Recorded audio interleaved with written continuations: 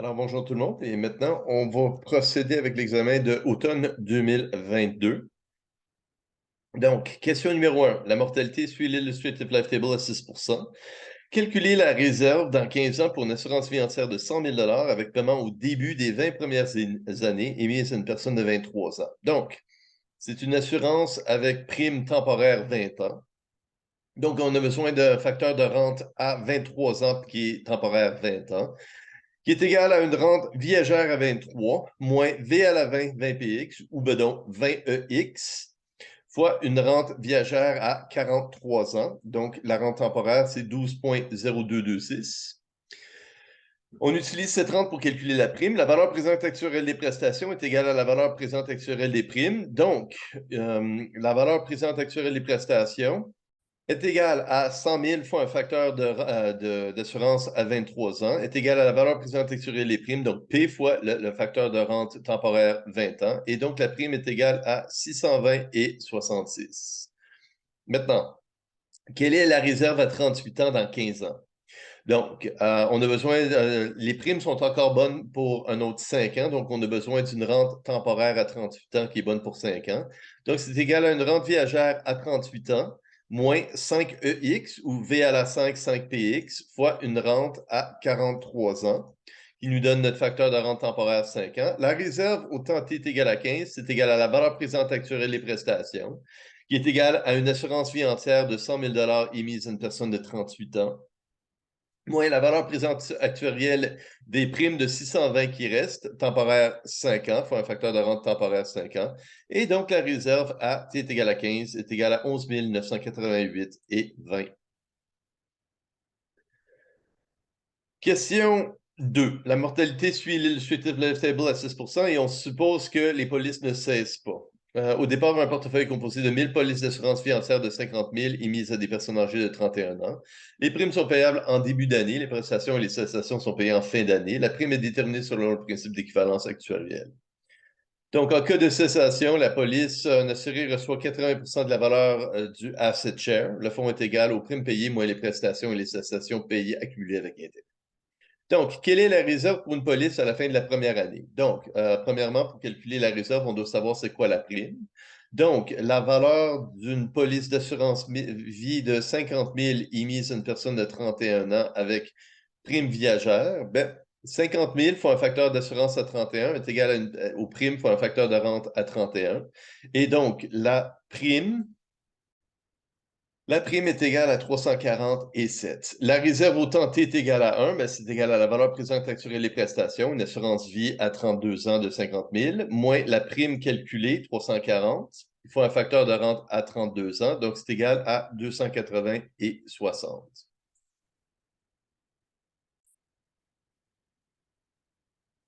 Question 3. Au cours de la première année, le rendement du fonds était de 14% et une seule personne est décédée. Si une personne décide de céder sa police à la fin de la première année, quelle est la valeur auquel il a droit? Donc, on a besoin de calculer le solde du fonds. Donc, on a 1000 personnes qui ont chacun payé une prime de 340,07 en début d'année. Ces primes ont accumulé à 14% pendant l'année. Et à la fin de l'année, on a payé 50 000 en prestations. Donc, la valeur du fonds pour les 999 survivants, c'était 337 683 et 56, ou bedon 338,02 par participant, par survivant. Et la cash value est égale à 80% de cette valeur, donc 80% de 338, 270 et 42.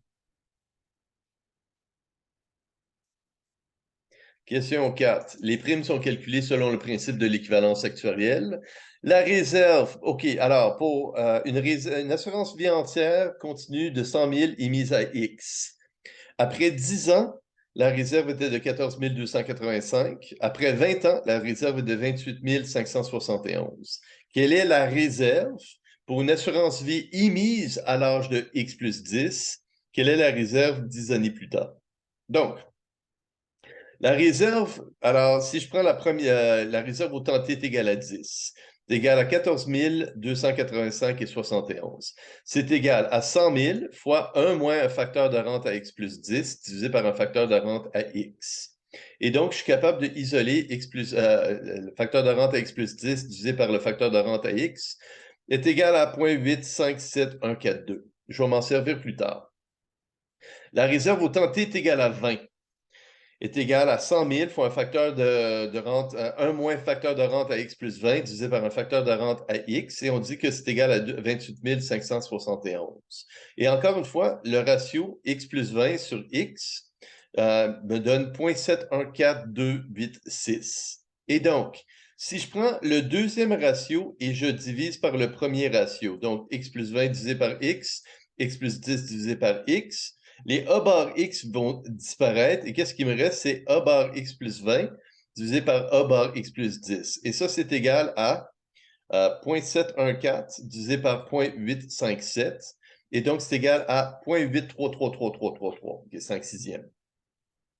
Donc, la réserve pour une assurance émise à x plus 10, la réserve 10 années plus tard, mais c'est 100 000 fois 1 moins un facteur de rente à x plus 10 plus 10, donc x plus 20, divisé par facteur de rente à l'âge x plus 10. Et donc, on l'a déjà calculé, 0,83333. Donc, 100 000 fois 1 moins 5/6, donc 1/6 de 100 000, 16 667 $. Questions 5 et 6. Distribution des décès uniforme entre 0 et 90. Donc, une distribution uniforme, une demoiselle avec W est égale à 90. Delta est égal à 4 %.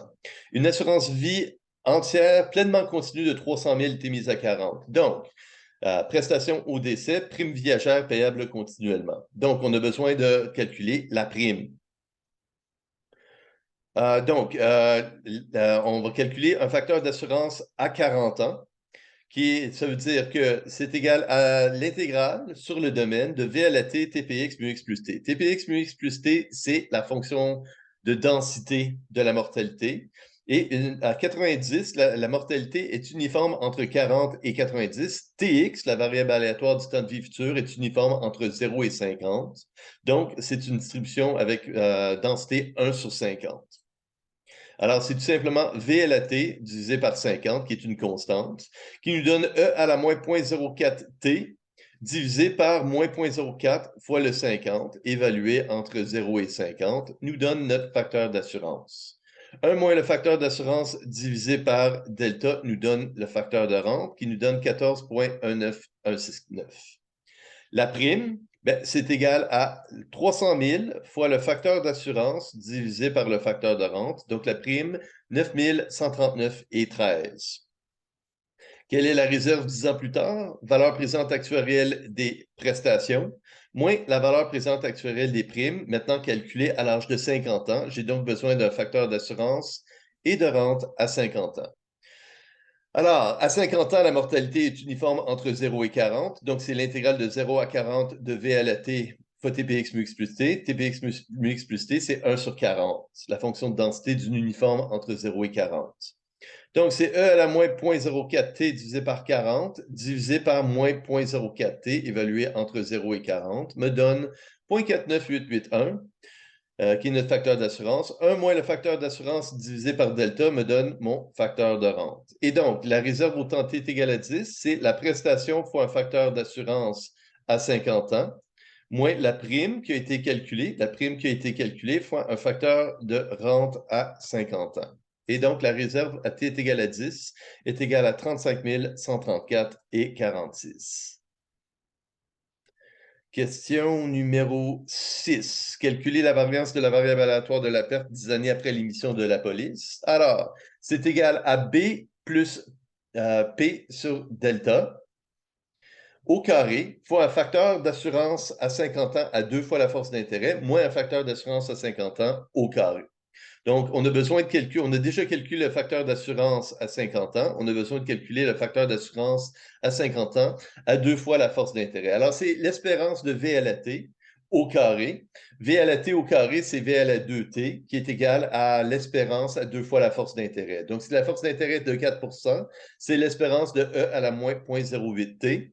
La fonction de densité est égale à 1 sur 40, encore une fois. On évalue entre 0 et 40.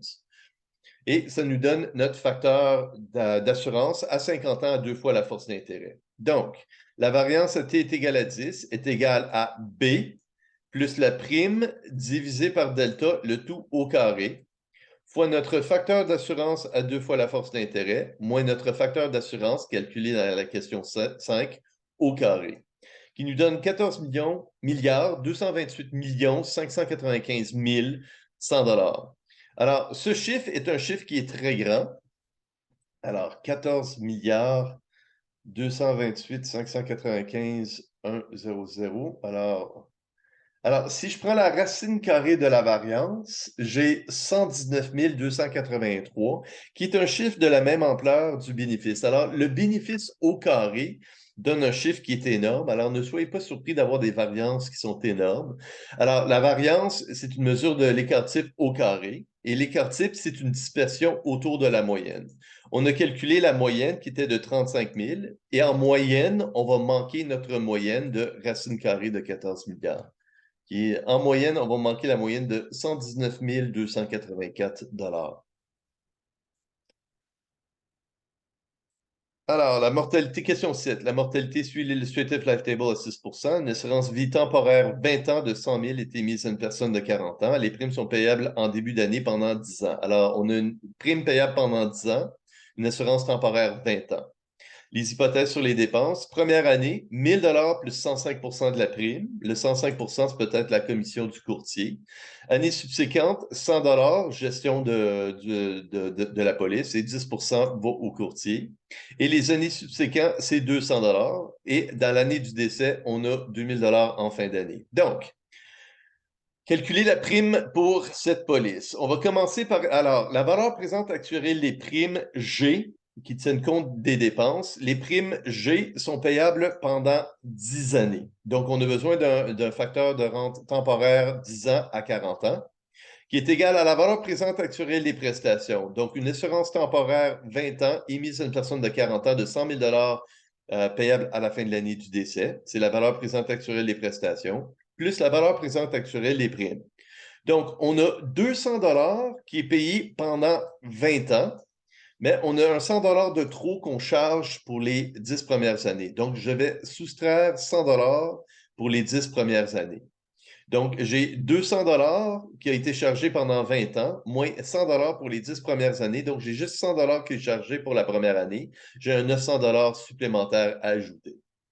Les primes, les commissions, ben, c'est 10 de la prime pendant 10 ans, plus 95 de la prime la première année. Et au décès, on a 2 000 qui seraient payés à la fin de l'année du décès, donc pour un facteur d'assurance.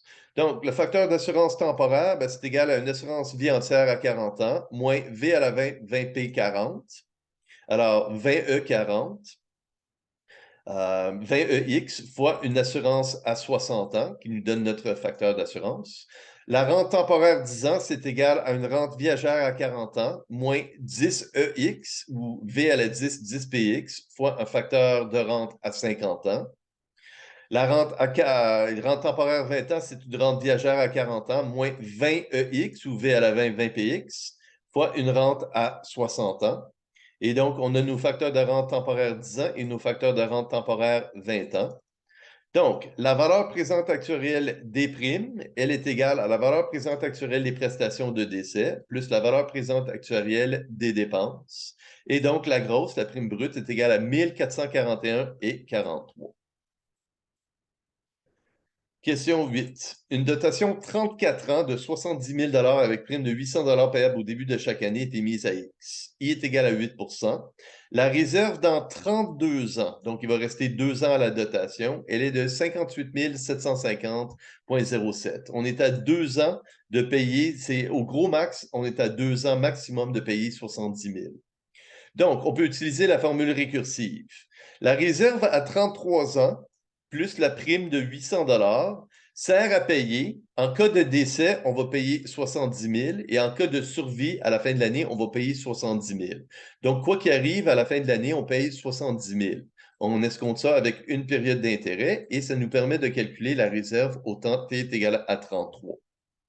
La réserve au temps T est égale à 32 plus la prime de 800 ben, elle sert.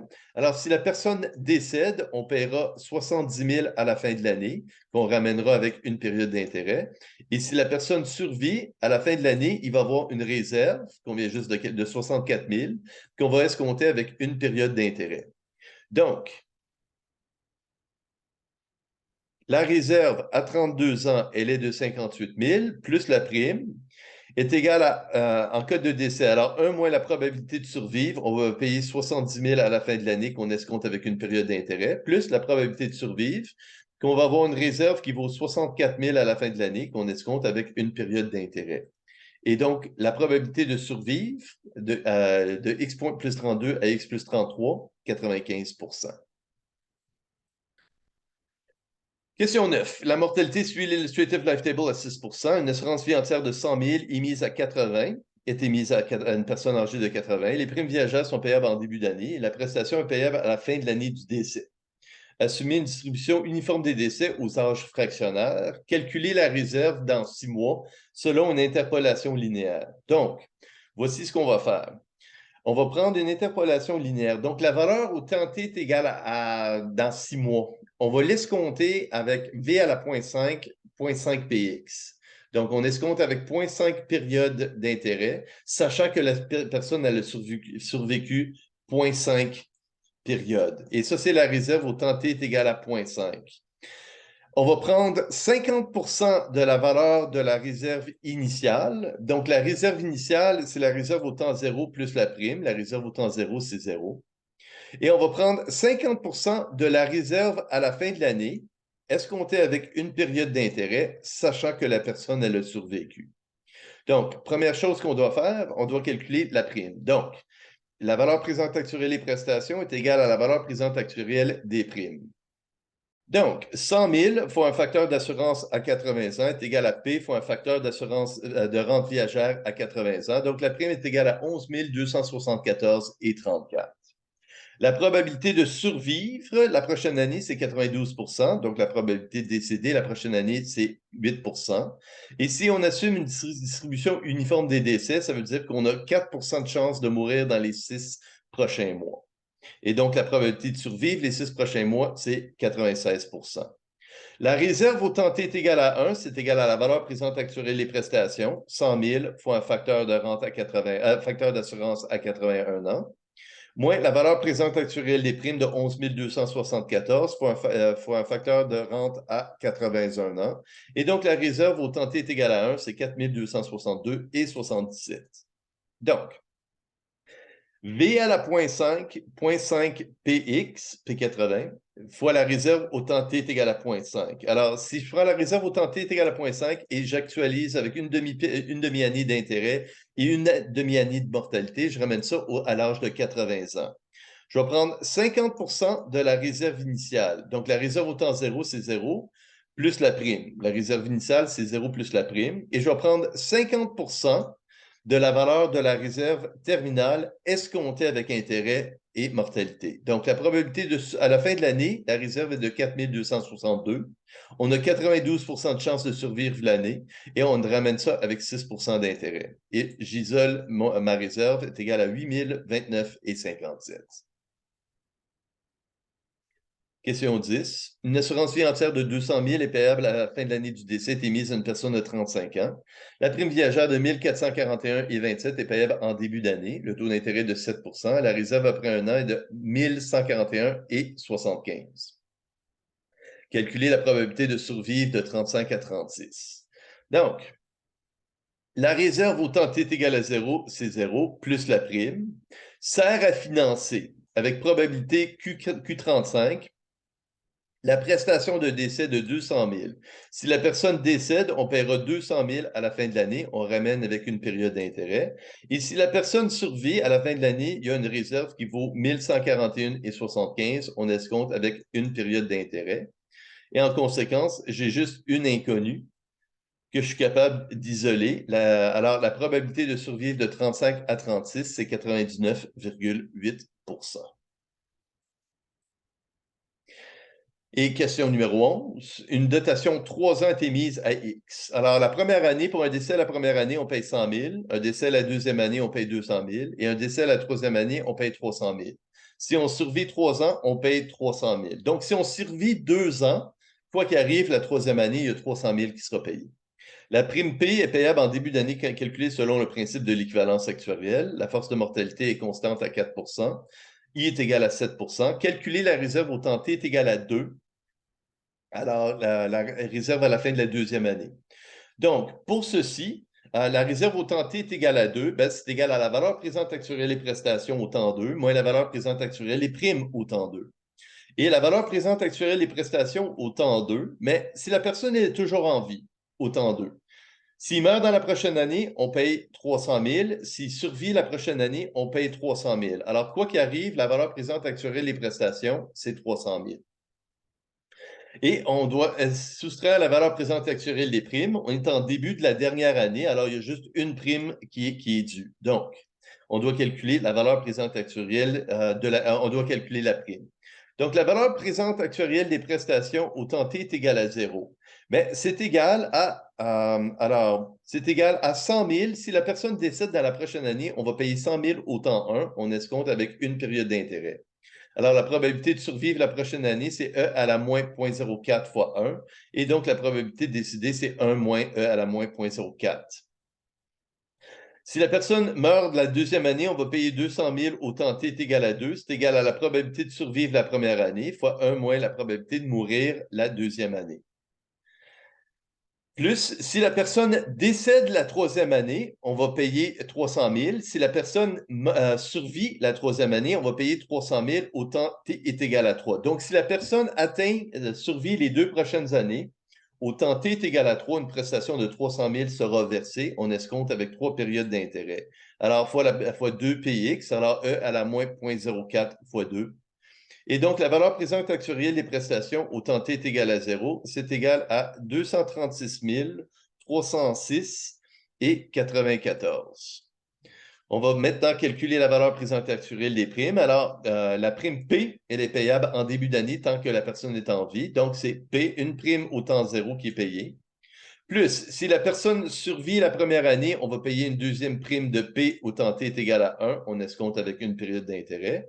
Et si la personne survit 2 ans, alors E à la moins 0,04 fois 2, on va payer une deuxième prime au temps T est égal à 2. On escompte ça avec 2 périodes d'intérêt. Donc, P faut un facteur de rente. Alors, le facteur de rente, c'est 2,70422. Et donc, la prime est égale à 87 384 et 52.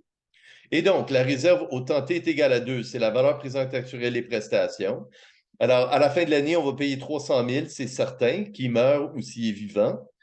On escompte ça avec une période d'intérêt. Moins la valeur présente actuelle des primes, il y a juste une dernière prime à payer au temps T est égal à 2 de 87 384. Et donc, la réserve, elle est de 192 989 et 31. Donc, on a 193 000, plus on va recevoir un autre 87 000.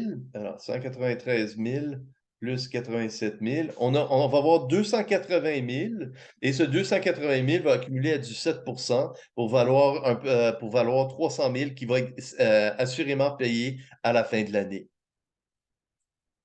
Et maintenant, question. Et c'est la fin de l'examen.